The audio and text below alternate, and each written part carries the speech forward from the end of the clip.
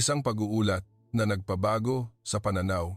Ang siklab ng Maynila sa mundo ng tech, sa sandaling bumagsak ako sa pagsusuri para sa exchange student sa Pilipinas, naramdaman kong pinutol ang pinakamalaking ruta patungo sa tagumpay sa buhay ko. Ito ang mga salitang sinabi sa amin habang lumuluha ng isang henyong inhinyero na nagtapos sa Harvard University ng may pinakamataas na karangalan sa huling interview niya sa Google.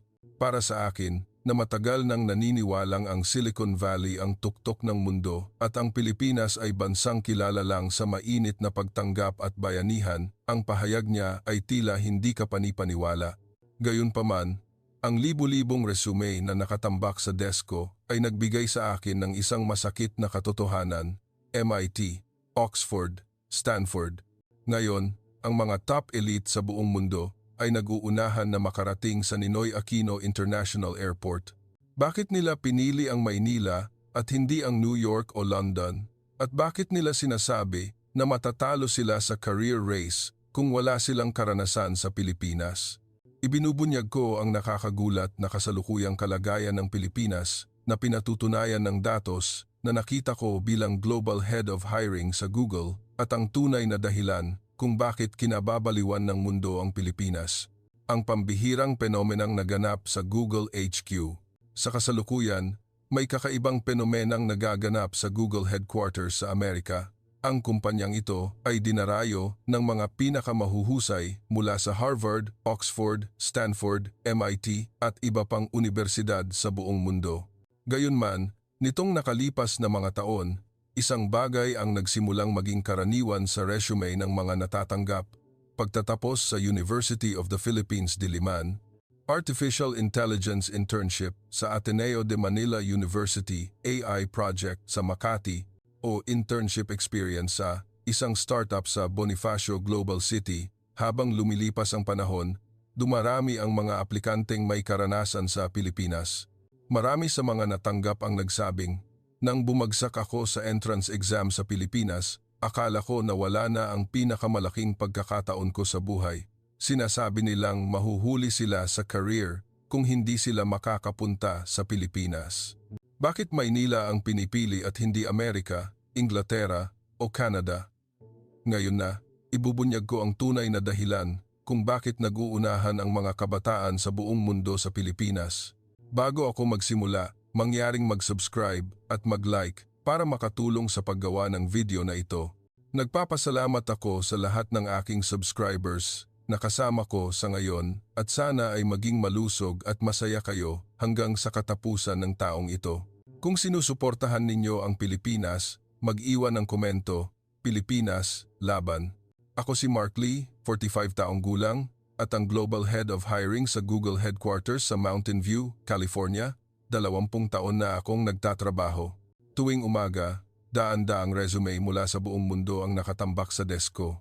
Nagliliwanag ang mata ko kapag nakikita ko ang mga pangalan tulad ng PhD in Computer Engineering mula sa Harvard, Masters in AI mula sa MIT, o Bachelors in Software Engineering mula sa Oxford. Dahil sa loob ng 20 taon, ang mga taong pinili ko ay halos lahat nagtapos sa mga lugar na ito. Ngunit may isang kakaibang bagay na nangyayari nitong huli. Upidiliman na naman, sabi ko habang humihigop ng kape. Ang mga salitang University of the Philippines, Ateneo at De La Salle ay labis na madalas na lumalabas sa career history ng mga aplikante. Noong una, inakala kong nagkataon lang. Sa tingin ko, normal lang kung isa o dalawa. Ngunit makalipas ang 1 o 2 buwan, nagpatuloy ang pattern na ito. Sa katunayan, lumalala pa ito. AI Startup Internship sa BGC, FinTech Project sa Makati Tech Hub. Isinara ko ang resume at bumuntong hininga. Sa totoo lang, hindi ko ganoon kataas tingnan ang Pilipinas. Kinikilala kong bansang masipag, tanyag sa kultura ng pagtanggap, at mataas ang antas ng edukasyon at hindi masama ang teknolohiya. Ngunit hindi ko ito inakalang lugar na dapat puntahan ng mga pinakamahuhusay na talento, Silicon Valley. Iyon ang sagot. Ito ang katotohanang pinaniwalaan ko simula pa noong 20 taong gulang ako. Ang pinakamasayang sandali ko ay nang makatapos ako ng undergraduate sa MIT, master's sa Stanford at makapasok sa Google. Iyon ang formula para sa tagumpay. Ngunit bakit patuloy na isinusulat ng mga kabataan ngayon ang Pilipinas sa kanilang resume? Naisip ko kung trend ba ito. Baka ang kasikatan ng Filipino pop culture ay nakaaapekto na rin sa resume. Mark, magsimula na tayo ng meeting. Lumapit sa akin si Sarah, isang batang HR manager na 32 taong gulang at matalino. Sige, parating na ako.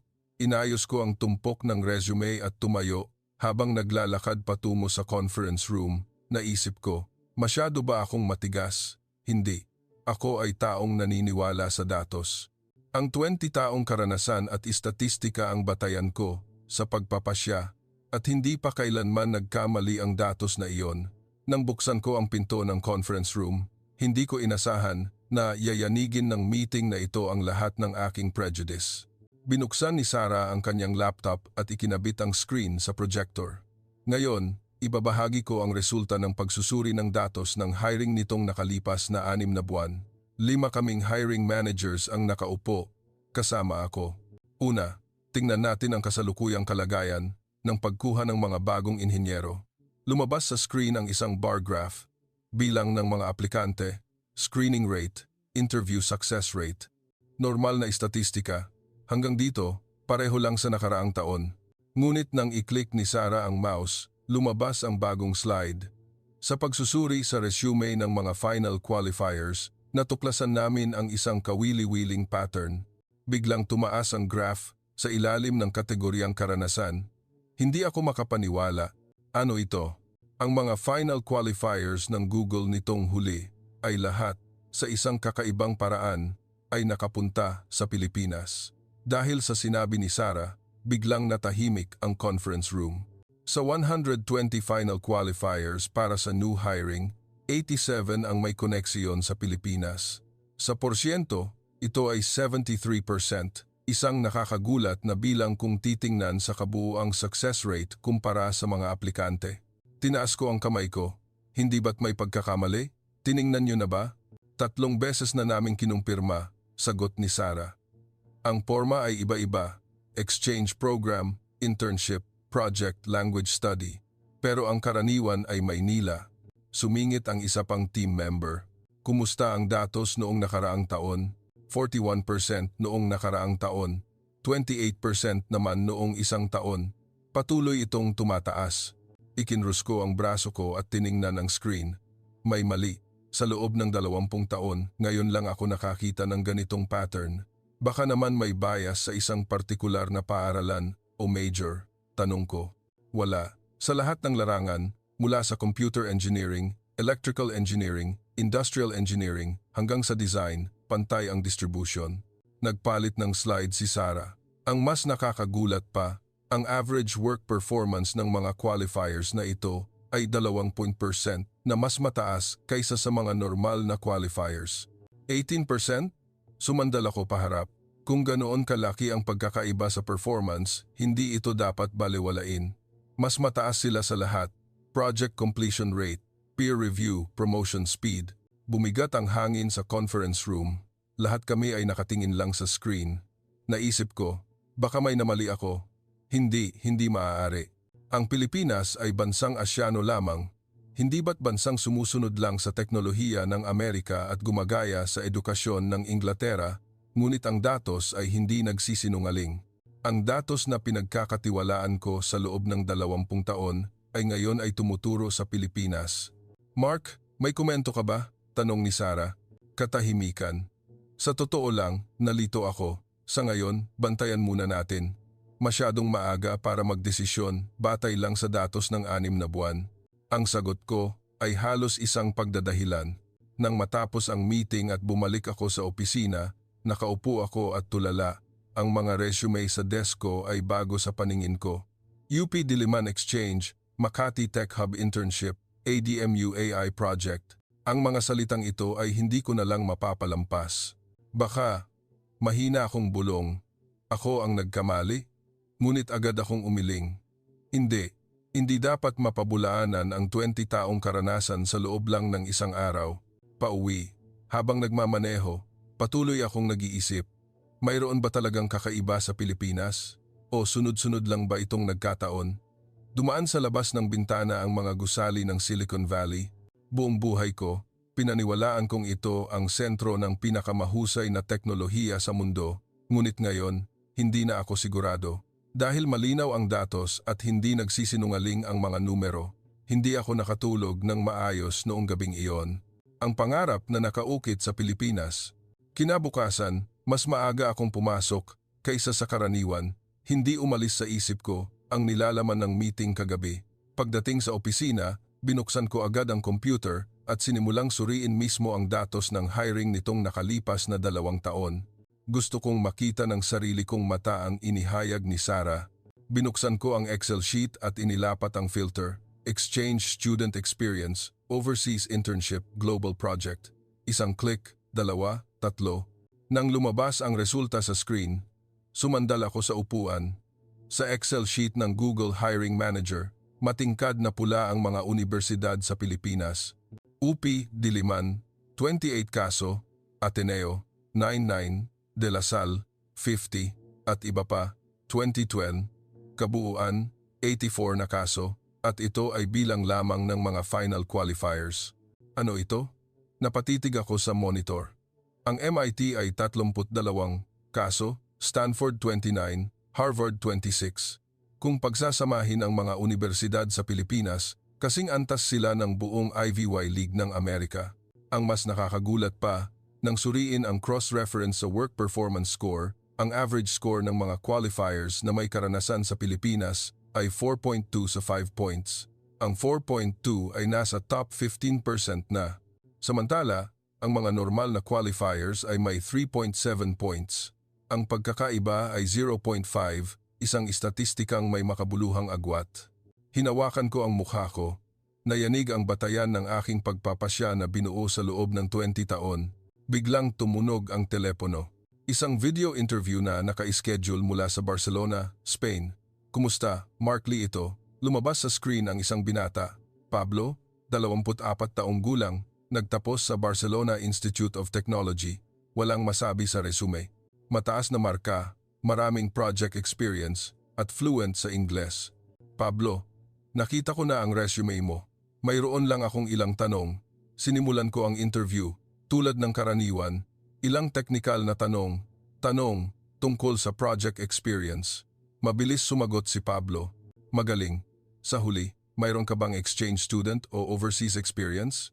Sa tanong ko, medyo tumigas ang ekspresyon ni Pablo. Iyon po. Humina ang boses niya.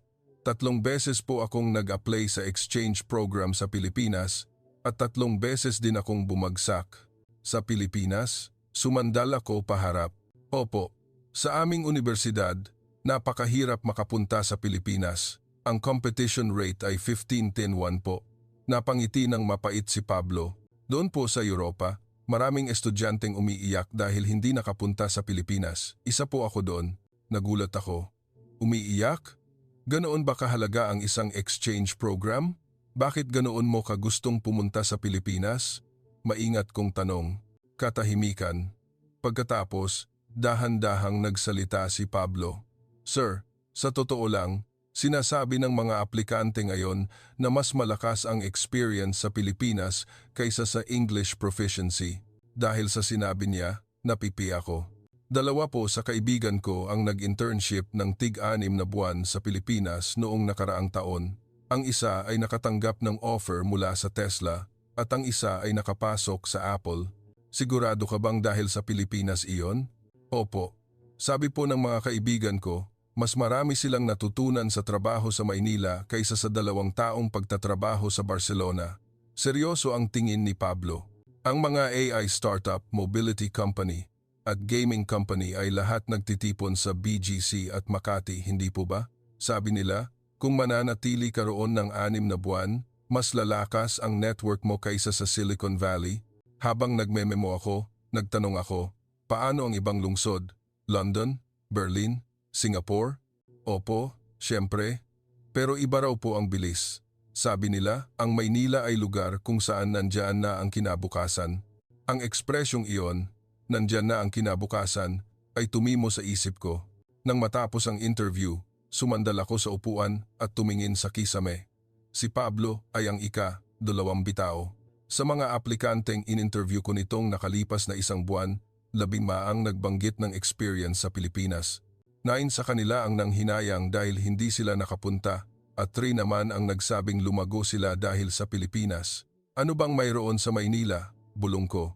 Lunch break. Pumunta ako sa cafeteria at nagkataong nakita ko si Kevin, isang new engineer, 28 taong gulang at matalino. Kevin, kumusta? Sanay ka na ba? Tanong ko habang umuupo. Opo, magaling. Maganda ang team atmosphere at kawili-wili ang project. Nga pala, may internship ka sa Pilipinas sa resume mo. Ano ang ginawa mo doon? Nagliwanag ang mata ni Kevin. Ah, yun po ba? Iyon ang pinakamagandang 6 na buwan sa buhay ko. Ano ang nagustuhan mo roon? Una, iba ang bilis. Kapag may ideya, agad-agad ginagawa. Kapag nagkamali, mabilis din agad sinusubukan ulit, patuloy ni Kevin habang kumakagat sa sandwich. At ang network po, 6 na buwan akong nanatili sa BGC at ang Ayala, Rockwell at Makati ay 30 minuto lang ang layo. Meeting sa lunch break at meeting ulit sa gabi. Normal iyon. Kung ikukumpara sa Silicon Valley, tanong ko, nag-isip si Kevin. Malawak po kasi rito. Mahigit 1 oras ang biyahe mula San Francisco hanggang San Jose. Pero sa Maynila, lahat ay nagtitipon. Iba ang density. Naalala ko ang kasabihan. Ang 6 na buwan na internship experience sa startup sa Pilipinas ay ang susi sa pagbubukas ng pinto ng Silicon Valley. Kaya nakatulong iyon nang nag-apply ka sa Google? Sobrang laking tulong. 20 minuto naming pinag-usapan ang tungkol sa Pilipinas sa interview. Interesado talaga ang mga interviewer, sabi ni Kevin habang tumatawa. Habang kumakain ng salad, tahimik akong nag-isip, talaga bang may namali ako? Nang matapos ang tanghalian at bumalik ako sa opisina, may isang email na dumating galing sa Vice President's Office. Mark, pumunta ka sa opisina ko bukas ng 10 a.m. Maikli at direkta ang mensahe, ngunit masama ang pakiramdam ko. Kinabukasan, kumatok ako sa pinto ng VP's office. Pasok. Pagbukas ko ng pinto, nakita ko ang VP na nakatingin sa labas ng bintana. Maupo ka, Mark. Umupo ako. Nakita mo ba ang ulat tungkol sa hiring trend kamakailan? Opo, ang inihayag ni Sarah. Ano sa tingin mo? Tanong ng VP habang humaharap. Prangka akong sumagot. Sa totoo lang, hindi pa ako sigurado. Malinaw ang datos pero hindi ko alam kung bakit. Kaya ipapadala kita. Ha? Sa Pilipinas? Mag-travel ka sa Pilipinas. Tingnan mo mismo. Nagulat ako sa sinabi ng VP. Pilipinas? Bakit ako? Hindi ba't ikaw ang Global Head of Hiring? Ang datos ay tumuturo sa Pilipinas. Kailangan mong kumpirmahin mismo. Binuksan ng VP ang file sa desk niya. BGC Tech Hub, Makati Startups, at 3 pangunahing universidad. Sapat na ang 1 linggo. Narinig mo na rin, hindi ba, ang sabi ng mga kabataan sa Amerika at Canada na matatalo sila sa career kung hindi makakapunta sa Pilipinas. Tinitigan ako ng VP. Paano natin mapipili ang pinakamahusay na talento kung hindi natin alam ang dahilan? Wala akong masabi. Umalis ka sa susunod na Lunes. Ako na ang kukuha ng ticket mo. Paglabas ko ng opisina, magulo ang isip ko. Ayaw kong pumunta sa Pilipinas. Sa totoo lang, ayaw kong aminin na may isang bagay doon na hindi ko napansin sa loob ng 20 taon, ngunit hindi ako makatanggi. Utos ito ng VP at malinaw ang datos. Pauwi noong gabing iyon, sinabi ko sa asawa ko, kailangan kong mag-business trip sa Pilipinas sa susunod na linggo. Pilipinas? Bakit biglaan? 1 linggo? Nagulat ang asawa ko. Hindi ba't lagi mong sinasabing, wala lang ang Pilipinas? Oo, buong buhay ko, inakala kong wala lang ang Pilipinas. Pero ngayon, hindi na ako sigurado. Noong gabing iyon, habang nakahiga, patuloy akong nag-isip. Ano ba talaga ang mayroon sa Maynila? Masisira ba ang prejudice ko? O wala lang pa rin? Hindi ko alam, pero sa loob ng 1 linggo, malalaman ko ang sagot. Ang sagot na babago sa buo kong buhay. Aking paglalakbay sa sentro ng Asya. Lumipas ang 1 linggo. Sumakay ako sa eroplano ng Philippine Airlines mula sa San Francisco International Airport. Habang nakaupo sa business class at isinasara ang seatbelt, mabigat ang aking damdamin. Kailangan ko ba talagang pumunta? Sa totoo lang, hindi ako nasasabik sa business trip na ito. Ano bang makikita ko sa Pilipinas? Hindi ba't sapat na ang datos? Ngunit ang utos ng VP ay absolute. Umalis ang eroplano at kinuha ko ang laptop para suriin muli ang itinerary. Araw 1, BGC Tech Hub Tour. Araw 2, UP Diliman International Meeting. Araw 3, pagbisita sa Makati Startup Hub. Spare ang natitirang 2 araw. Sapat na ang 1 linggo, naisip ko. Ngunit, simula nang dumating ako sa Maynila, nalaman kong lubos akong nagkamali. Pagkatapos ng 13 oras na biyahe, dumating ako sa NAIA. Pagbaba ko ng eroplano, may kakaiba agad. Napakalinis ng paliparan, hindi lang malinis, kundi futuristic. Habang naglalakad sa pasilyo, inilawan ng mga ilaw sa kisame ang daan. Diretso po sa immigration, malinaw na maririnig ang English announcement. Pagdating sa immigration, natigilan ako. Sunod-sunod ang mga automated immigration gate, automatiko lahat. Bulong ko habang lumapit sa isa. Iscan ang passport, tingnan ang facial recognition camera. Aprobado ang pagpasok, 15 segundo lang. Sa San Francisco Airport, normal ang 1 oras na pila, pero dito, 15 segundo lang. Ang pagkuha ng bagahe at pagdaan sa customs ay hindi umabot ng 5 minuto. Epektibo nga, napilitan akong umamin. Lumabas ako sa airport lobby at lumapit sa information counter para magtanong tungkol sa pagsakay sa taxi. Excuse me, anong magandang paraan para makapunta sa city center? Sumagot ang staff ng may perpektong Ingles. Irekomenda ko po ang NAI Express Rail, a rapid transit system. I will adapt into the story for the futuristic element. 30 minuto po, makakarating na kayo sa Ayala Center. Ang taxi po, aabutin ng 1 oras dahil sa traffic. Express Rail? Opo. Nandyan lang sa may sakayan, umaalis po tuwing ilang minuto. Tumango ako at naglakad patungo sa sakayan. Habang umaakyat at bumababa sa escalator, lahat ay maayos. Pagdating sa platform, muli akong nagulat. May mga platform screen doors. Ibang-iba sa mapanganib na platform ng New York Subway. Sa digital display, nakalagay ang oras ng pagdating ng tren, eksakto sa minuto. Ang express train ay darating sa loob ng 2 minuto at 30 segundo. Ang announcement ay lumabas sa Filipino, Ingles at Chinese. Eksaktong 2 minuto at 30 segundo dumating ang tren, eksakto sa linya. Sumakay ako. Malinis ang upuan at mabilis na dumaan ang tanawin sa labas ng bintana. Mas mabilis kaysa sa biyahe mula sa San Francisco Airport patungo sa syudad, napilitan akong umamin. Pagdating sa Ayala Station, lumipat ako ng MRT.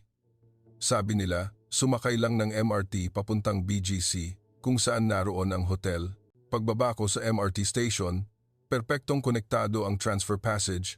Ang mga signage ay madaling sundan. Hindi ka maliligaw dito. Bumili ako ng beep card sa isang convenience store. Ang isang card na po na ito ay magagamit sa MRT, LRT, bus at taxi. Paliwanag ng tindera. Nag-alinlangan ako pero binili ko. Sa Silicon Valley, kailangan mong gumamit ng iba't ibang app para sa bawat uri ng transportasyon, pero dito, isang card lang. Sumakay ako ng MRT. Tanghali ng weekday, pero malinis ang tren. Karamihan sa mga tao ay nakatingin sa smartphone o nagbabasa ng libro. Ang nakakagulat, lahat sila ay may earphones. Kultura ng hindi pag-abala sa iba, tahimik kong pinagmasdan. Susunod, BGC. BGC. Kasabay ng announcement, lumabas ang impormasyon ng istasyon sa digital display. Aling exit ang lalabas? Paano lumipat? Kahit ang lokasyon ng banyo, pagbaba ko sa BGC at pag-akyat sa lupa, ang tanawing sumalubong sa akin ay higit sa inaasahan ko. Matatayog na gusali ang nakatayo. Ngunit iba ang pakiramdam kaysa sa San Francisco. Mas maayos, mas futuristic. May mga digital screen sa paligid ng city at may maayos na tawiran. Ang bawat bus stop ay may electronic display na nagpapakita ng real-time na pagdating ng bus. Bus 01 darating sa 2 minuto, Bus 05 darating sa 5 minuto. Ito ba talaga ang Asia? Nagulat ako sa loob-loob ko. Lubos na iba sa Pilipinas na ini-imagine ko. Habang naglalakad papunta sa hotel, dumaan ako sa harap ng isang cafe. May QR code na nakadikit sa harap ng pinto. Scan lang po para sa menu at order. Sa kuryosidad, iniscan ko at lumabas ang menu sa Ingles, Chinese at Filipino. Agad ding pwedeng umorder gamit ang app. Mas moderno kaysa sa Amerika, napilitan akong umamin. Nag-check-in ako sa hotel. Eksakto ang pagbigkas ng front desk staff sa pangalan ko. Mr. Mark Lee, welcome. Sa Amerika, halos walang nakakabigkas ng tama sa last name ko. Kung may kailangan po kayo, magtanong lang. May 24-hour English service po kami. Salamat. Habang umaakyat sa elevator, nag-isip ako. Sa loob lang ng ilang oras, nayayanig na ang prejudice ko sa mga bagay na nakita ko. Epektibong sistema ng transportasyon, perpektong digital infrastructure, magaling na serbisyo. Ito ba talaga ang maliit na bansa na iyon? Pumasok ako sa kwarto, inayos ang bagahe at tumingin sa labas ng bintana. Dumilim na at nagningning ang syudad sa mga neon sign. Sa malayo, makikita ang Makati skyline. Ang mga pulang ilaw ay nangingibabaw sa tanawin ng Maynila. Bukas, pupunta ako sa BGC. Sinuri kong muli ang itinerary. BGC Tech Hub, ang tinaguriang Silicon Valley ng Pilipinas. Sa totoo lang, wala akong inaasahang mataas. Kasing antas lang siguro ng Silicon Valley. Pero dahil sa pagkakamali ko sa unang araw, may feeling akong magiging ganoon din bukas.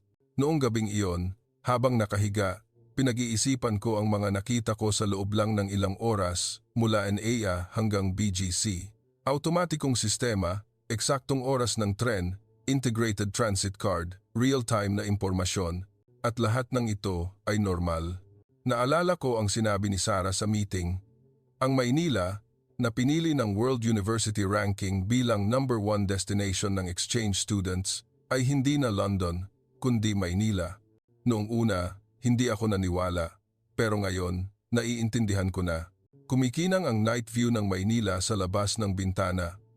Ang bawat ilaw na iyon ay buhay ng isang tao, pangarap ng isang tao, at tiyak na kasama doon ang mga exchange student mula sa buong mundo, mula sa France, Germany, Canada, Brazil. Bakit nila pinili ang Maynila? Sa palagay ko, mas malinaw ang sagot bukas. Ipinikit ko ang mata ko. Ngunit hindi ako agad nakatulog. Masyadong magulo ang isip ko dahil ang mga paniniwala ko sa loob ng 20 taon ay unti-unting bumabagsak. Araw to, ang bilis ng BGC, Tech Hub. Maaga akong nagising kinabukasan. Pagbaba ko sa breakfast buffet ng hotel, marami akong nakitang mga dayuhan, Western, Middle Eastern, Southeast Asian, iba-iba. Sa isang mesa, Pranses ang naririnig ko. Sa kabilang mesa naman, Espanyol.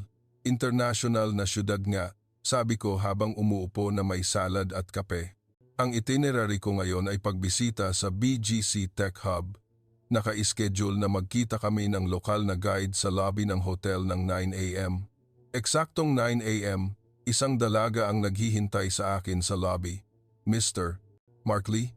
Ako si Maria Mia Santos. Ako po ang magiging guide ninyo sa BGC tour ngayon. Nice to meet you. Habang nakikipagkamay, pinagmasdan ko siya. Mukhang matalino, maaga sa 30s. Mga 20 minuto po ang biyahe. Ipaliwanag ko po sa inyo ang tungkol sa BGC habang papunta. Sumakay kami sa sasakyan na naghihintay sa harap ng hotel. Nang umalis ang sasakyan, kinuha ni Mia ang kanyang tablet at ipinakita sa akin. Ang BGC ay matagal nang tinatawag na tech hub at sentro ng IT sa Pilipinas. Ngayon, nagtitipon dito ang mga pinakamahusay na IT companies tulad ng Google, Ayala Corporation at Globe Telecom. Lumabas sa screen ang aerial photo ng BGC. Nakita ko ang sunod-sunod na modernong gusali. Marami ba ring startup? Tanong ko. Mahigit 2,000 po. Ang AI, fintech at entertainment po ang lalo na ang malakas. 2,000? Nagulat ako. Hindi kasing dami ng Silicon Valley pero napakalaking bilang para sa isang bansa. Dumaan sa labas ng bintana ang Skyway. Malinis at maayos na daan. Maayos ang daloy ng mga sasakyan. Iyon po ang Bonifacio High Street. Turo ni Mia sa labas ng bintana. Ang isang malaking glass building ang pumukaw sa paningin ko. May mall sa ibaba at mga opisina sa itaas. Napakahusay na lokasyon. Pumasok kami sa BGC. Sa sandaling iyon, napipi ako. Lubos na iba sa inaasahan ko. Hindi ito mga karaniwang glass building. May mga kakaibang architecture na naglalaman ng identity ng bawat kumpanya.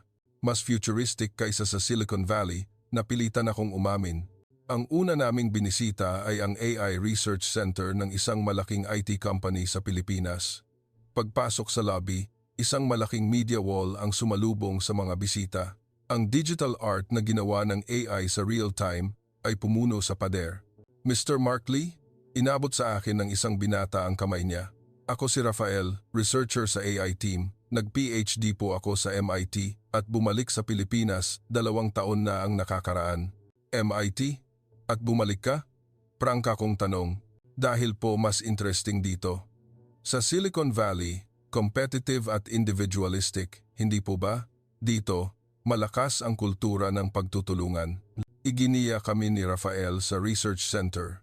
Habang naglalakad sa pasilyo, may mga patent certificate na nakadisplay sa pader. 120 patent po ang inilabas namin na konektado sa AI noong nakaraang taon. 60% po dyan ay global patent. 120 patent? Pumasok kami sa demo room. Ilang researchers ang nagtitipon sa harap ng malaking screen. Ngayon, ipapakita namin sa inyo ang aming pinakabagong automated translation technology. Kinontrol ni Rafael ang computer. Lumabas sa screen ang isang pangungusap sa Filipino. Boss, tara, kain tayo ng pulutan mamaya, on the house ko na. Isinalin ito ng AI. Boss, let's grab some after-work food later, my treat. Hindi ito simpleng pagsasalin. Ang AI ay natural na nagpalit ng pulutan, Filipino bar food, sa after-work food at ang on the house sa my treat. Hindi lang po ito simpleng pagsasalin. Naiintindihan po nito ang cultural context, paliwanag ni Rafael. Ano ang pinagkaiba nito sa Google Translate? Tanong ko. Ang Google po ay text-based, kami po ay situation-based. Isinasaalang-alang po namin kung sino ang nagsasalita, kailan, saan at kanino. Ang sumunod na demo ay mas nakakagulat. Real-time simultaneous interpretation. Nagsalita si Rafael sa Filipino. Sa pag-unlad ng teknolohiya ng AI, lubos na magbabago ang ating buhay. Halos sabay na lumabas ang Ingles sa earphone ko. Halos walang delay. Paano naging posible ito? Lubos akong nagulat. Dahil po sa napakalaking datos ng Filipino. Gumagawa po kami ng AI na mayroong hospitality na naiintindihan ng context. Proud na sinabi ni Rafael. At hindi po namin ginagaya ang Silicon Valley, sinusunod po namin ang sarili naming landas. Ang salitang iyon, hindi ginagaya, ay tumimo sa akin. Akala ko, habang buhay silang susunod sa Amerika, ngunit sinunod nila ang sarili nilang landas.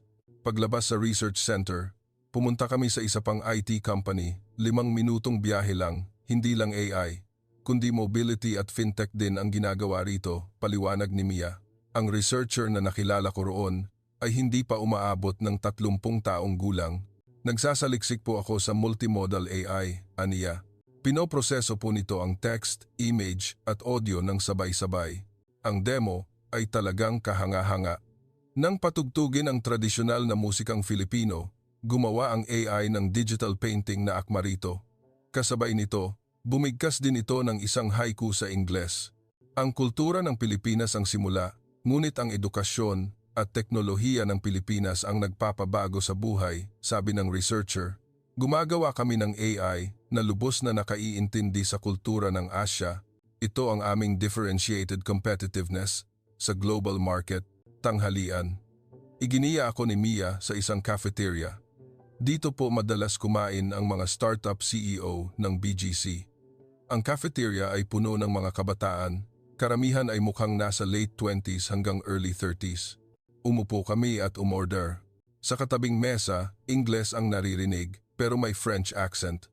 Mga startup staff din ba sila? Tanong ko. Opo. Baka mga banyagang developer. Bakit sila pumunta sa Pilipinas? Ang bilis po. 6 na buwang pananatili rito ay katumbas ng 2 taong karanasan sa Silicon Valley. Pagkatapos kumain, sinimulan namin ang afternoon itinerary. Binisita namin ang isang AI startup. Ang CEO ay isang babae, 31 taong gulang. Nagtapos po ako sa MIT at nagtrabaho sa Silicon Valley ng 3 taon, pero dumating ako sa Pilipinas 2 taon na ang nakalipas. Bakit? Prangka kong tanong. Dahil po, mas mabilis dito. Kapag nagbigay ng ideya, sa loob ng 1 linggo, may investment na. Sa loob ng 1 buwan, may produkto na. Tumawa siya. Bilis na hindi mo ma-imagine sa Amerika. Tumingin siya sa paligid ng opisina. Sa 15 staff, kalahati ay mga dayuhan. Germany, India, Brazil, Canada. Galing lahat sa exchange student program sa Pilipinas. Ang 6 na buwang internship experience sa startup sa Pilipinas ay ang susi sa pagbubukas ng pinto ng Silicon Valley. Wala akong masabi sa sinabi niya. Lumipat kami sa conference room para makinig ng mas detalyadong kwento. Nakakuha po kami ng seed investment noong nakaraang taon. Sa loob ng 3 buwan. 3 buwan? Opo, mabilis magdesisyon ang mga investor sa Pilipinas. Madalas, 1 meeting lang tapos na ang investment. Ipinakita niya sa akin ang chart. 3 sa staff namin ang galing sa MIT at lahat sila ay may exchange program experience sa Pilipinas. Ang 6 na buwan sa Maynila ay lubos na nagpabago sa pananaw nila. Sa huli, binisita namin ang AI center ng isang malaking electronics company. Ang researcher na nakilala ko roon ay kaedad ko. Nagsasaliksik po ako sa on-device AI, aniya. AI na gumagana mismo sa smartphone nang walang cloud. Ang demo ay talagang nakakagulat. Gumagana ang real-time translation at image analysis ng walang internet connection. Paano ito naging posible? Dahil ba malakas ang hardware ng Pilipinas? Ang sabay-sabay na optimization ng hardware at software ang aming unique strength. Doon ko napagtanto. Hindi sumusunod ang mga kumpanya sa Pilipinas sa Amerika. Gumagawa sila ng sarili nilang landas, gamit ang sarili nilang strength. Bandang gabi, iginiya ako ni Mia sa isang observation deck sa BGC. Napakaganda ng BGC na tiningnan mula sa itaas. Kumikinang ang libu-libong ilaw. Ang bawat ilaw na iyon ay pangarap ng isang tao, sabi ni Mia, at marami sa mga pangarap na iyon ay pangarap din ng mga kabataan mula sa ibang bansa. Wala akong masabi. Ang mga nakita ko sa buong araw ay gumugulo sa isip ko. Unique technology, mabilis na execution, global talent. Ito ba talaga ang Pilipinas na binaliwala ko? Pabalik sa hotel, tahimik akong nag-isip. Ang kalahati ng prejudice ko ay gumuho na ngayong araw. Ang natitirang kalahati ay baka gumuho bukas sa University of the Philippines. Araw 3. Ang pagsikat ng edukasyon sa Pilipinas. Kinabukasan, pumunta ako sa University of the Philippines, Diliman. Muling naging guide si Mia. Ngayon, makikipagkita tayo sa professor na International Relations. Pagkatapos, mag-campus tour tayo. Nagmaneho ang sasakyan patungo sa Quezon City. Kakaiba ang university town sa gitna ng syudad. Karamihan sa mga universidad sa Silicon Valley ay nasa labas ng syudad. Ang UP Diliman ay isa sa mga most internationalized university sa Pilipinas, paliwanag ni Mia. Pagpasok namin sa campus, nakita ko ang mga sinaunang gusali. Ngunit kasabay nito, may mga modernong architecture din. Pinagsama ang tradisyon at modernidad. Pumasok kami sa International Relations Building. Sa lobby, nakadisplay ang mga flag ng iba't ibang bansa. Amerika, France, Germany, Spain, Brazil. Mr. Mark Lee, welcome. Inabot sa akin ng isang professor ang kamay niya. Ako si Professor Ramos, Head of International Cooperation. Nice to meet you. Lumipat kami sa conference room. Binuksan ni Professor Ramos ang laptop niya at ipinakita ang screen. Una, ipakita ko po sa inyo ang istatistika. Lumabas ang graph ng exchange student application. Ang application po para sa exchange program nitong fall semester ay 2,847. Ang dami. Opo. Ngunit ang quota po ay 180 lang. Kinuha ko ang calculator. Ang ratio po ay mahigit 15:51.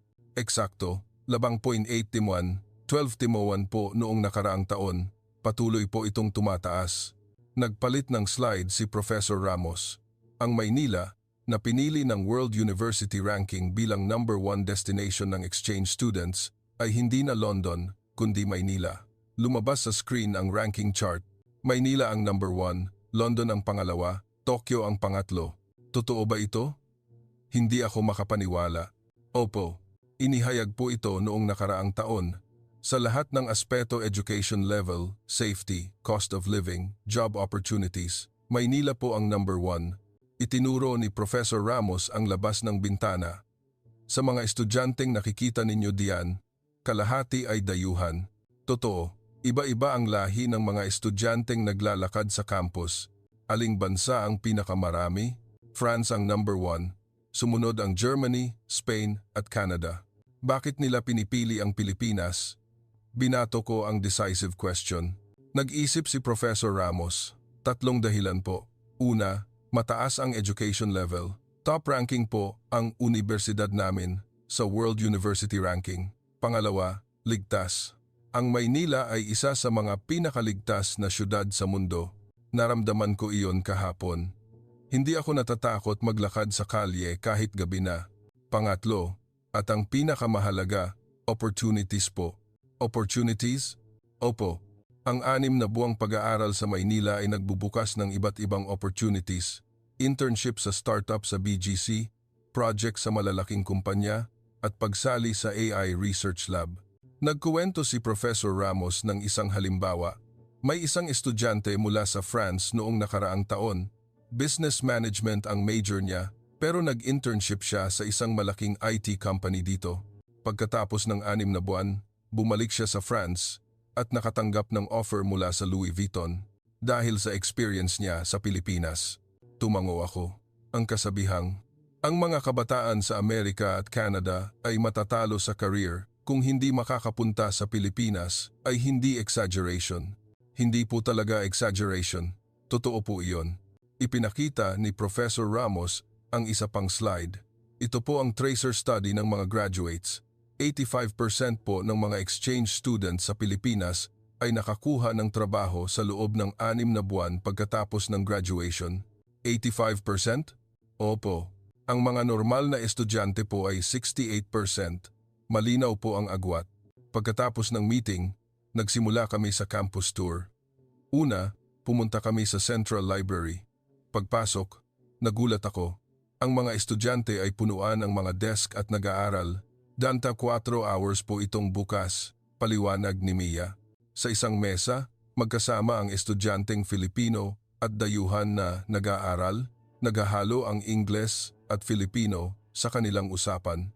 Ano ang ginagawa ng mga estudyanteng iyon? Baka team project po? Dito, pinaghahalo po ang mga estudyanteng Filipino at dayuhan sa team. Sumunod, ang College of Engineering. Binisita namin ang AI Research Lab. Nakilala ko ang isang dayuhang estudyante doon, isang binibini na may kulay ginto ang buhok. Kumusta? Ako si Ana. Galing ako sa Germany.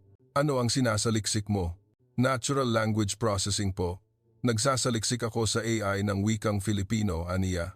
Bakit Filipino ang pinili mo? Tanong ko. Ang Filipino po ay napakahusay na wika para sa pagsasaliksik sa AI. Complex pero contextually rich. Ipinakita ni Ana sa akin ang computer screen. Ang model na ginawa ko po ay nakikilala ang Filipino ng may 98% accuracy. Sa Ingles po, 92% lang. Ganoon kalaki ang pagkakaiba? Opo. Marami pong uri ng letra sa Filipino at mahirap, pero kapag natutunan, very logical. Tanghalian, pumunta kami sa student cafeteria. Nagulat ako, ang menu ay nakadisplay sa 6 na wika: Filipino, Ingles, Chinese, Korean, French, Espanyol. Pag-aalala para sa mga dayuhang estudyante. Sabi ko, natural lang po, 20% ng total population namin ay dayuhan. Maingay ang cafeteria. Naghahalo ang iba't ibang wika. Sa isang mesa, 4 ang nakaupo at kumakain. Filipino, French, American, Korean. Tumatawa at nagkukulitan sila. Tiningnan ko ang tanawin at naisip ko, ito ang tunay na global education. Hapon, binisita namin ang dormitory, ang gusali ng international dorm. Sa lobby, nakita ko ang isang binata mula sa Canada. Galing ako sa University of Toronto. Exchange student ako ng isang semester. Kumusta ang Maynila? Tanong ko. Lubos na higit sa inaasahan ko.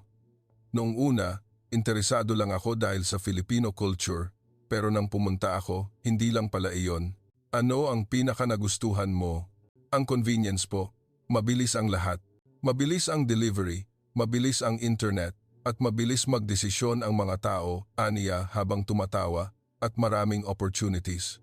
Noong nakaraang buwan, nakatanggap ako ng internship offer sa isang startup sa BGC. Ano ang gagawin mo? Pagbalik mo sa Toronto? Hindi ko po alam. Sa totoo lang, mas gusto ko pa pong manatili sa Pilipinas.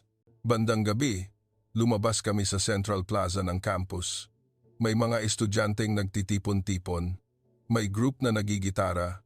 May group na sumasayaw. Tingnan ninyo iyan, turo ni Mia sa isang group. 5 ang nakaupo ng pabilog at nag-uusap. Ang mga estudyanteng iyan, baka language exchange group iyan.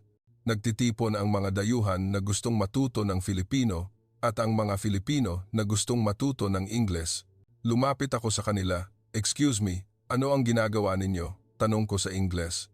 Sumagot ang isang estudyante. "Language exchange po. Galing ako sa Spain at nag-aaral ako ng Filipino." "Masaya ba?" "Opo. Napakagaling magturo ng mga kaibigan kong Filipino. At ngayon, nakakabasa na ako ng kaunti ng Tagalog." Proud siyang nagsalita. Naisip ko, Tagalog, ganoon ba kadali? Paliwanag ng estudyanteng Filipino sa tabi niya. Napakasipag po niya. Natutunan niya ang buong alpabeto at iba pang wika sa loob lang ng isang linggo. Nagulat ako. Ganoon ba sila ka-passionate? Dumilim na at nagsimulang magliwanag ang campus. Umupo ako sa bench at pinagmasdan ang campus. Dumaan ang mga estudyanteng tumatawa at nagkukulitan. May mga Filipino, may mga dayuhan, ngunit walang kabuluhan ang paghihiwalay. Lahat sila ay estudyante lang. Ang mapa ng mga kabataan sa buong mundo ay lumilipat na mula Amerika, Inglaterra, patungong Maynila. Ngayon ko lang lubos na naramdaman ang salitang iyon. Lumapit si Mia. "Kumusta po? Ang tour ngayon?" Nagulat ako. Lubos na iba sa inaakala ko.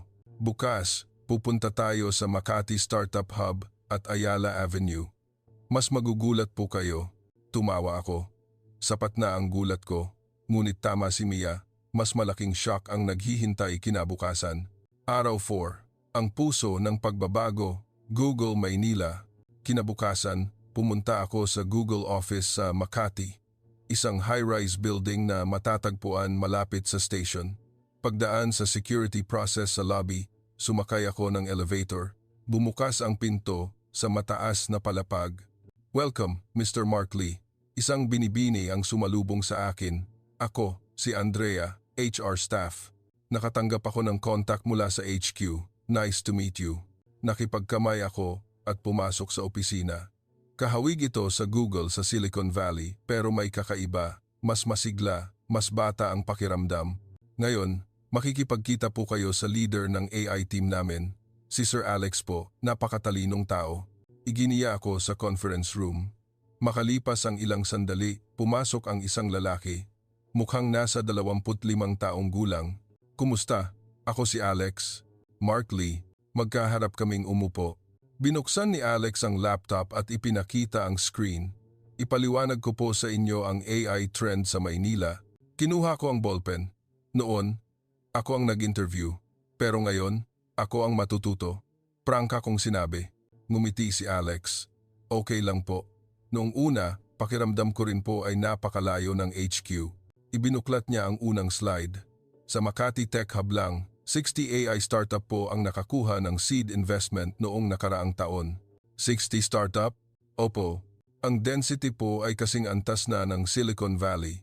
Sa sumunod na slide, lumabas ang graph.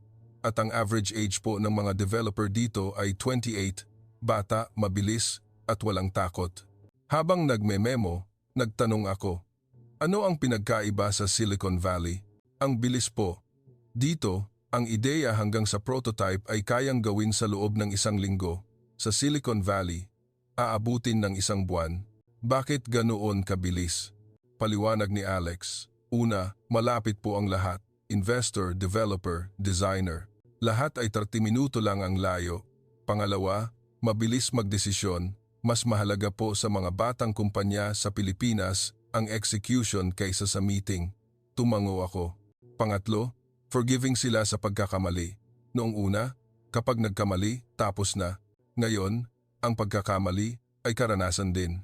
Sa loob ng 1 oras, nagpakita si Alex ng iba't ibang datos, AI investment status, talent mobility pattern, global cooperation cases. Nagme-memo lang ako. Hindi nakakaiba para sa akin na matuto sa isang mas bata sa akin ng 19 na taon. Sa halip, naging mapagkumbaba ako. Mr. Mark, may gusto po akong itanong? Tanong ni Alex. How does HQ see the Philippines? Prangka akong sumagot. Sa totoo lang, underestimated namin, pati ako. Pero ngayon, lubos na nagbago. Nasira ang lahat ng prejudice ko sa loob lang ng 3 araw. Ngumiti si Alex. Mabuti po. Ang Pilipinas din po, noon, sa Amerika lang nakatingin. Pero ngayon, iba na. Paano nagbago? Ngayon po, sinusunod na namin ang sarili naming landas. Hindi nang gagaya, kundi gumagawa ng bago. Tanghalian. Pumunta kami sa cafeteria ng opisina. Malawak at malinis ang cafeteria. Iba-iba ang menu. Filipino food, Western food, Chinese food, kumpleto, sabi ko. Para po iyan sa welfare ng staff. At pwede rin kumain ang pamilya ng libre 4 na beses sa isang buwan. Talaga? Nagulat ako. Mataas din ang welfare sa Google Silicon Valley pero hindi ganito. Habang kumakain, tumingin ako sa paligid. Komportable ang usapan ng mga staff. Walang vertical relationship na nararamdaman.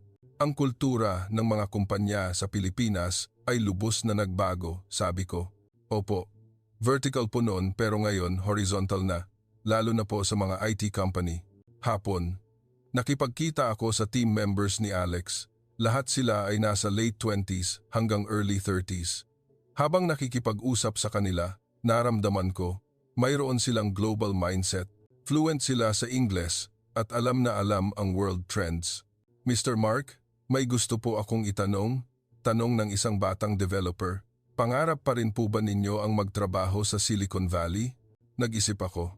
Dati, oo. Pero ngayon, mukhang hindi na kailangan.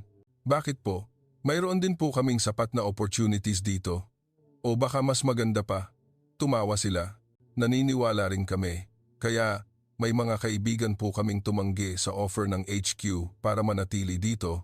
Bandang gabi, natapos ang meeting. Ang Makati ay masikip dahil sa rush hour. Ngunit ang nakakagulat, halos lahat sila ay umaalis ng 6 o 7 p.m. Hindi po kayo nag-overtime? Tanong ko. Kung walang special case, hindi po. Fixed time po ang principal. Sa Silicon Valley, nagtatrabaho sila hanggang 10 p.m. Kaya po sila nagkaka-burnout. Tanong pabalik ni Alex. Tama siya. Hindi ko na mabilang kung ilang beses akong napagod sa loob ng 20 taon. Dito, mas mahalaga po ang work-life balance. Ang masayang staff po ay creative. Tumango ako. Kaya pala, mas innovative sila.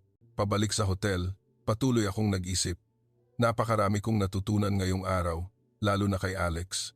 29 taong gulang lang siya, pero malawak ang pananaw niya sa mundo at puno ng confidence. Ganon din ba ako noong edad niya? Sa totoo lang, hindi. Lagi akong balisa, laging gustong mapatunayan, ngunit ang mga kabataan sa Pilipinas na nakilala ko ngayon ay iba. Alam nila ang halaga nila at sinusunod nila ang sarili nilang landas. Noong gabing iyon, binuksan ko ang laptop at nagpadala ng email sa VP. Ang formal na ulat ng Pilipinas business trip ay isusumite pagbalik ko, pero in advance, nais kong sabihin na underestimated namin ang Pilipinas, lalo na sa aspeto ng talento. Ang Pilipinas ay nasa global standard na. O, sa ilang aspeto, nangunguna pa sa atin. Pagkatapos ipadala ang email, gumaan ang pakiramdam ko. Kailangang aminin ang dapat aminin. Kumikinang ang night view ng Maynila sa labas ng bintana. 3 araw na lang ang natitira. Napakabilis lumipas ng oras. Gusto ko pa ring makakita ng marami, matuto pa ng marami. Ngunit 1 linggo lang ang lahat. Kahit paano, sapat na. Marami na akong nabago. Ipinikit ko ang mata ko. Sa palagay ko, may isa pang realization na naghihintay bukas. Araw 5, ang lihim ng siyudad. Araw 5, free time ko, walang scheduled itinerary. Gising ako ng tanghali at naglakad-lakad malapit sa hotel. Naglakad ako sa Ayala Avenue, puno ng mga high-end brand store. Pero ang nakakagulat, hindi iyon. Napakaraming dayuhan sa mga naglalakad sa kalye. Middle Eastern, European, Southeast Asian, talagang international city. Pumasok ako sa isang cafe at umorder ng kape. Umupo ako sa tabi ng bintana at pinagmasdan ang mga tao. Sa katabing mesa, 2 Pranses ang nag-uusap. Mas masarap magtrabaho sa Maynila kaysa sa Paris. Hindi ba? Oo. Marami ring opportunities at hindi masama ang sweldo. Nakikinig ako. At ang pinakamahalaga, ligtas. Hindi ba? Hindi ako natatakot maglakad kahit gabi na at masarap ang pagkain. Tumawa sila. Habang umiinom ng kape, nag-isip ako. Bakit nila pinili ang Maynila? Alam ko na ang sagot. Opportunity, safety, quality of life. Kumpleto lahat. Hapon, pumunta ako sa Intramuros. Lugar kung saan nagsasama ang tradisyon at modernidad. Maraming dayuhang turista ang naglalakad sa mga kalye. May mga nagbibisikleta at nagpapatulong na kumuha ng litrato. Isang mag-asawang European ang nakasuot ng tradisyonal na damit at tumatawa. Napakaganda, sabi ng babae. Ngumiti ako. Ganoon pala ka-charming ang kultura ng Pilipinas. Nakita ko ang Makati Tower sa malayo. Ang high-rise building at ang tradisyonal na simbahan ay magkasama. Isang syudad kung saan magkasama ang nakaraan at kasalukuyan. Iyon ang Maynila.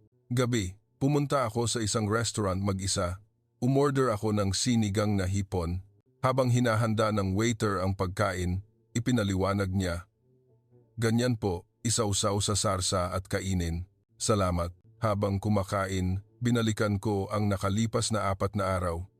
Ang shock sa NAIA, ang innovation sa BGC, ang globalization sa UP Diliman, ang vitality sa Makati. Lahat ay lumampas sa inaasahan ko. At ang mga kabataan na nakilala ko sa Google Office ngayon. Nakita ko sa kanila ang kinabukasan. Ang dami ko palang namali sa buhay ko. Sa loob ng 20 taon, sa Silicon Valley lang ako nakatingin. Naniwala akong ang Amerika ang pinakamahusay at iyon ang sagot. Ngunit malawak ang mundo at ang mga opportunity ay nasa lahat ng dako, lalo na rito sa Maynila. Pagkatapos kumain, pumunta ako sa Baywalk malapit sa Manila Bay. Maganda ang river sa gabi. May mga ilaw sa tulay at may mga tao na nagtitipon-tipon sa tabi ng river. May mga nagjo-jogging, may mga nakaupo lang at nanonood ng night view. Umupo din ako sa bench. Habang nakatingin sa river, nag-isip ako. Sa loob ng 2 araw, babalik na ako sa Amerika. Ngunit hindi na ako ang dating Mark. Nasira ang prejudice ko, lumawak ang pananaw ko, at higit sa lahat, naging mapagkumbaba ako. Nalaman ko kung gaano karami ang hindi ko alam. Kinuha ko ang cellphone ko at nagpadala ng email sa anak kong si Jake. Jake, saan mo gustong mag-exchange student? Agad na nag-reply. Sa UK, bakit? Nag-isip ako. Subukan mo ring isipin ang Maynila. Nandito ako ngayon at napakagaling na lugar. Maynila? Nagre-rekomenda si Papa ng Pilipinas? Nakakagulat? Nagulat din ako. Pero, pumunta ka, ibang-iba. Sige, pag-iisipan kong seryoso. Ngumiti ako. Hindi ba baba't mahahawakan ng anak ko ang opportunity na namali ako? Noong gabing iyon, habang nakahiga, tumingin ako sa labas ng bintana, kumikinang ang Makati Tower. Tulad ng gusaling iyon, tumaas din ang Pilipinas. Binuksan ko ang laptop at sinimulan kong ayusin ang memo. Ito ang draft ng report na gagawin ko pagbalik. Report sa reassessment ng Philippine market. Ang unang pangungusap ay ganito. Underestimated namin ang Pilipinas. Inakala naming bansang sumusunod lang. Ngunit ang Pilipinas na nakita ko sa site ay iba. Sa bilis ng innovation, antas ng talento, at global network, kasing antas namin sila o nangunguna pa. Habang nagtatype, naalala ko ang nakalipas na 4 na araw. Maraming mukha ang dumaan. Si Rafael na researcher, si Ana na exchange student, si Alex ng Google, si Mia na guide. Lahat sila ay nagturo sa akin ng bagong pananaw sa mundo. Ang partikular na dapat bigyang pansin ay ang katotohanan na nagtitipon ang global talent sa Maynila. Hindi lang sila pumupunta dahil sa kultura ng Pilipinas, kundi dahil sa practical opportunities. Ang kasabihan na 6 na buwang internship sa startup sa Pilipinas ay katumbas ng 2 taong career sa Silicon Valley ay hindi exaggeration. Huminto ako sa pagtatype at nag-isip. Hindi ko inakalang magbabago ako ng ganito. 1 linggo na ang nakalipas. Skeptical ako. Inakala kong sayang lang ang oras ng business trip. Pero ngayon, Nagpapasalamat ako dahil binago ng business trip na ito ang buhay ko.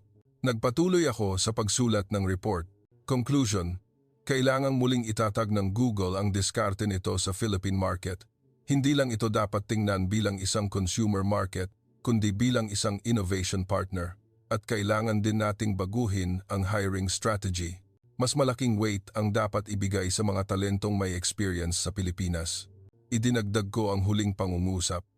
Ngayon, ang mapa ng mga kabataan sa buong mundo ay lumilipat na mula Amerika, Inglaterra, patungong Maynila. Kung hindi natin maiintindihan ang trend na ito, mapapalampas natin ang pinakamahusay na talento. Ini-save ko ang file, bukas, araw, 6. May isa pang lugar na gusto kong puntahan, isang malaking startup festival na gaganapin sa Maynila. Sabi nila ito ang pinakamalaking event sa Asia. Ano pa kaya ang matututunan ko roon? Nasasabik ako. Dahil masaya na akong matuto ngayon. Nahiga ako at tumingin sa kisame. Ang ako noong 4 na araw na ang nakalipas at ang ako ngayon ay lubos na iba. Nasira ang prejudice, bumukas ang puso, at higit sa lahat, naging mapagkumbaba ako. Kung makakabalik lang ako sa edad na 20, pupunta ako sa Maynila. Naramdaman ko iyon, ngunit hindi pa huli. Mahahawakan ng anak kong si Jake ang opportunity na iyon at makikipagtulungan din ako ng mas marami sa Pilipinas mula ngayon. Ang exchange student sa Pilipinas ay hindi nakakaibang pagpili, kundi isang opportunity na nakakapanghinayang palampasin. Ang salitang iyon na binulong ko ilang araw na ang nakalipas ay naging conviction na ngayon, ipinikit ko ang mata ko.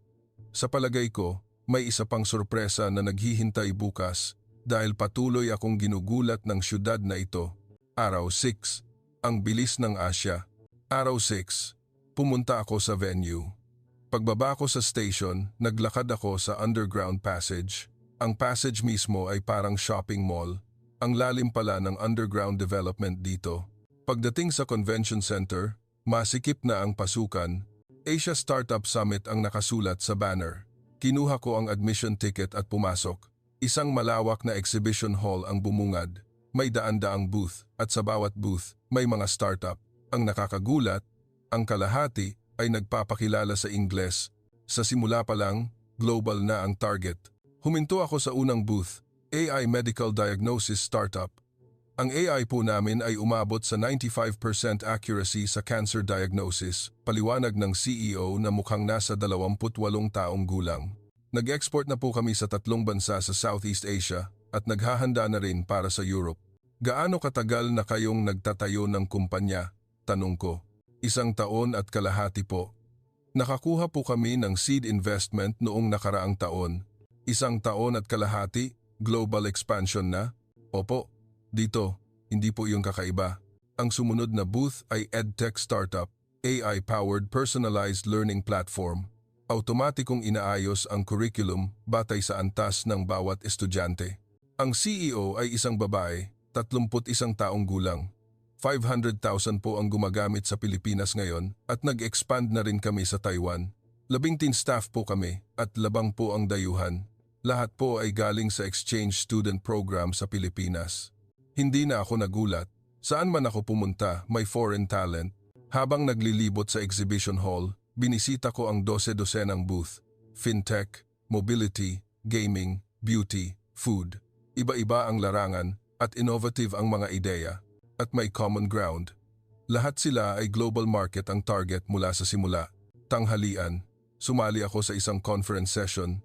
Ang tema, Global Talent Acquisition Strategy. Ang mga nasa panel ay mga startup CEO. Sinabi ng isang panelist, kung sa Pilipinas lang tayo titingin, maliit ang market, kaya sa mundo tayo nakatingin mula sa simula. Idinagdag ng isa pang panelist. At ang talento, hindi rin lang sa Pilipinas namin kinukuha. Kinukuha namin ang pinakamahusay mula sa buong mundo. Paano ninyo naaakit ang foreign talent? Tanong ng isa sa audience. Ipakita mo ang vision mo. Kung malinaw kung ano ang ginagawa namin at saan kami pupunta, pupunta sila. Tumawa ang pangatlong panelist. At ang syudad ng Maynila ay attractive, ligtas, convenient, at masaya, hindi ba? Natapos ang session, uminom ako ng kape sa lobby. Sa tabi ko, dalawang dayuhan ang nag-uusap. Kumusta ang summit na ito? Nakakagulat. Mas mataas ang antas kaysa sa London Summit noong nakaraang taon. Nakikinig ako.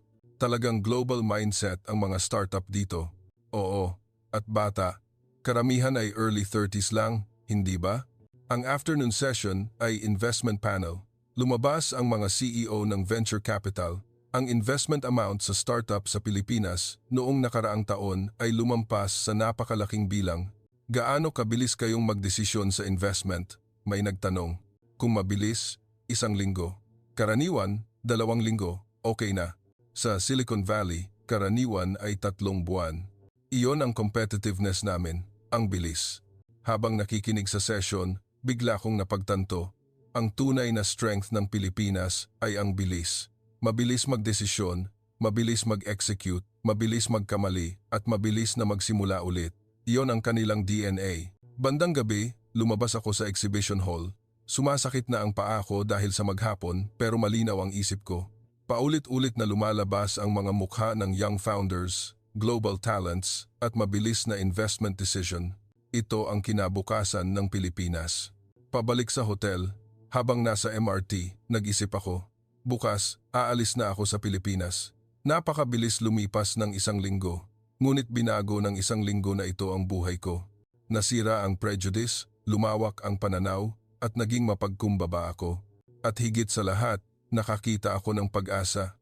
Ang pag-asa na ang mundo, natitirhan ng anak kong si Jake at ng susunod na henerasyon, ay mas malawak at mas iba-iba. Pagdating sa kwarto ng hotel, sinimulan kong ayusin ang bagahe ko. Ang eroplano ay afternoon flight bukas. Habang nag-iimpake, kinuha ko ang mga business card na nakolekta ko nitong linggo. Mahigit 20. Ang mukha ng bawat isa ay lumabas sa isip ko. Salamat sa inyo, nagpaalam ako sa loob-loob ko. Tumingin ako sa labas ng bintana, kumikinang ang huling gabi ng Maynila. Aalis na ako bukas, pero mananatili ito sa puso ko magpakailanman. Araw 7. Ang bagong simula. Araw 7, maaga akong nagising. 3:00 ng hapon ang eroplano, pero hindi ako makatulog dahil sa panghihinayang. Gusto ko pang maglakad-lakad sa Maynila sa huling pagkakataon. Bumili ako ng kape sa cafe malapit sa hotel at pumunta sa parke. Tahimik ang parke sa umaga. Ang mga nagjo-jogging at naglalakad lang ang nakita ko. Umupo ako sa bench, uminom ng kape, at tumingin sa langit. Naalala ko ang pagdating ko rito 1 linggo na ang nakalipas. Skeptical ako noon. Ano bang makikita ko sa Pilipinas? Pero ngayon, lubos na iba. Ang Pilipinas ay higit pa sa inaakala ko. Global standard sa lahat ng aspeto at sa ilang aspeto, nangunguna pa, lalo na ang mga tao. Bata, passionate, at walang takot. Nasasabik ako sa kinabukasang gagawin nila. Bumalik ako sa hotel at nag-check out. Nag-enjoy po ba kayo sa biyahe? Tanong ng front desk staff. Opo, sobrang ganda. Higit pa sa inaasahan ko. Babalik po kayo, hindi po ba? Oo, sigurado. Taos puso kong sagot. Sumakay ako sa limousine bus papuntang airport. Dumaan ang Maynila sa labas ng bintana, ang mga high-rise building, ang mga tulay, at ang mga slums na hindi ko napansin. Paalam, Maynila, babalik ako. Dumating ako sa Naya. Naalala ko ang shock ko nang una akong dumating 1 linggo na ang nakalipas. Nag-check-in ako at nagtungo sa immigration. Dumaan ako sa duty-free at bumili ng huling regalo. Isang notebook na may tradisyonal na Filipino pattern para sa anak kong si Jake. Isulat mo rito ang pangarap mo sa Maynila. Iyon ang balak kong isulat na mensahe. Habang naghihintay sa boarding gate, binuksan ko ang laptop. Binasa kong muli ang draft ng report sa reassessment ng Philippine market. Nakita ko ang isang kulang na bahagi. Idinagdag ko ang huling paragraph.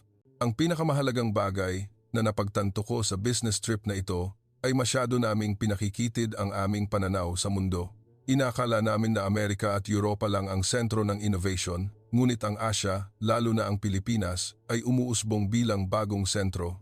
Para patuloy na makuha ng Google ang pinakamahusay na talento, kailangan nating intindihin at tanggapin ang pagbabagong ito. Dapat tayong magbigay ng mas malaking opportunity sa mga talentong may experience sa Pilipinas at palakasin ang kooperasyon sa mga kumpanya sa Pilipinas. Lumabas ang boarding announcement. San Francisco passengers, boarding will now commence. Isinara ko ang laptop at tumayo. Sumakay ako sa eroplano at umupo. Sa labas ng bintana, nakita ko ang Naya. Kakaibang damdamin ang naramdaman ko. Gumulong ang eroplano sa runway. At dahan-dahan itong bumilis, lumipad sa kalawakan. Sa labas ng bintana, paliit ng paliit ang Maynila. Ngunit sa puso ko, lumaki ng lumaki ang Maynila. Sa loob ng 30 oras na biyahe, maraming pumasok sa isip ko. Ang una kong gagawin pagbalik ko, una, isumite ang report sa VP at humingi ng hiring strategy meeting. Pangalawa, idagdag ang Philippine experience sa hiring criteria. Pangatlo, magmungkahi ng cooperation program sa mga kumpanya sa Pilipinas. At ang pinakamahalaga, seryosong makipag-usap sa anak kong si Jake. Jake, mas malawak ang mundo kaysa sa iniisip mo.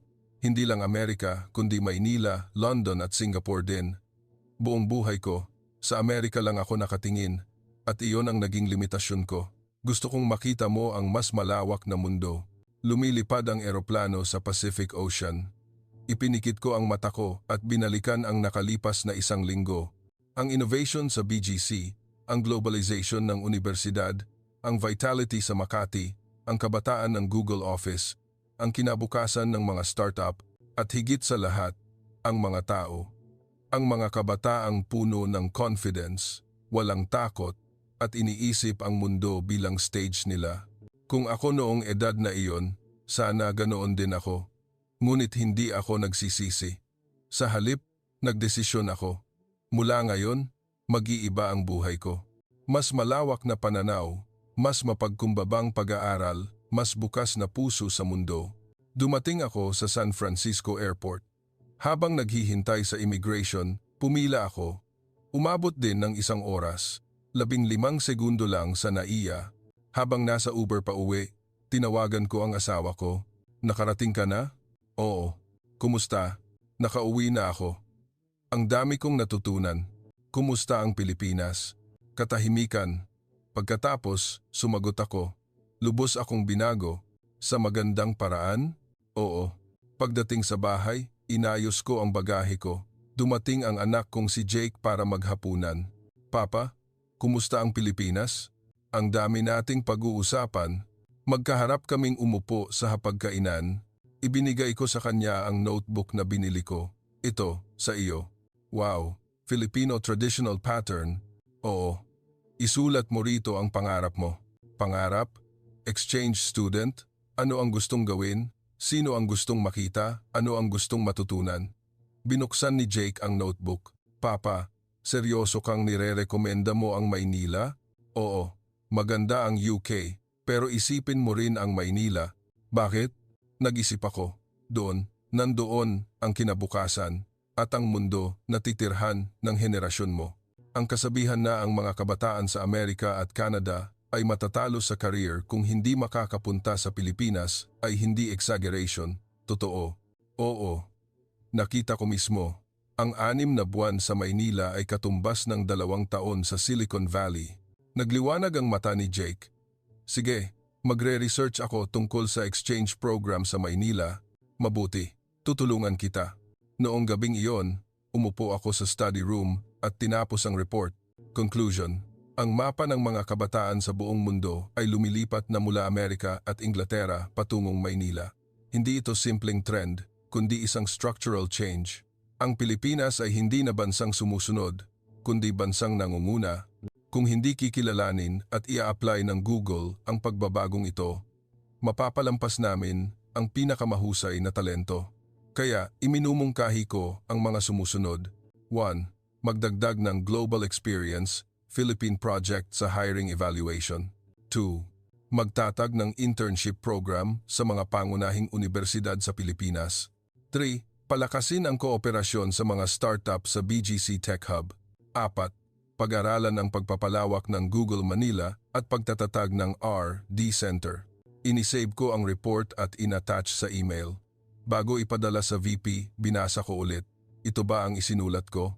Ang nilalaman ay hindi ko kailanman maisusulat 1 linggo na ang nakalipas. Ngunit ngayon, sigurado ako, ito ang tama. Ito ang kinabukasan. Pagpindot sa send button, sa labas ng bintana, nakita ko ang gabi ng Silicon Valley. Magandang lugar pa rin, pero ngayon alam ko na, hindi lang Silicon Valley ang mayroon sa mundo. May Maynila, may Singapore, may Berlin, at ang bawat siyudad ay may sariling unique strength at charm.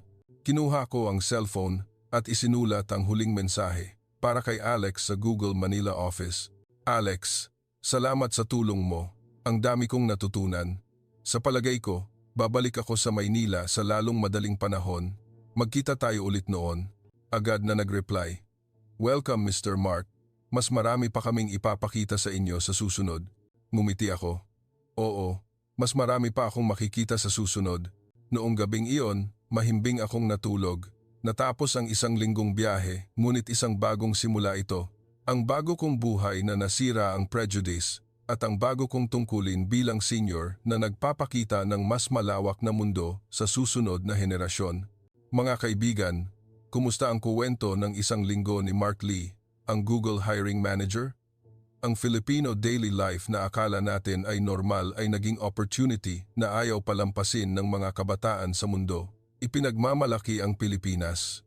Ngayon, naging bansang pinupuntahan ng mundo para matuto. Kung susuportahan ninyo kami sa pamamagitan ng subscribe at like, magpapakita pa kami ng mas kawili-wiling kwento. Salamat po.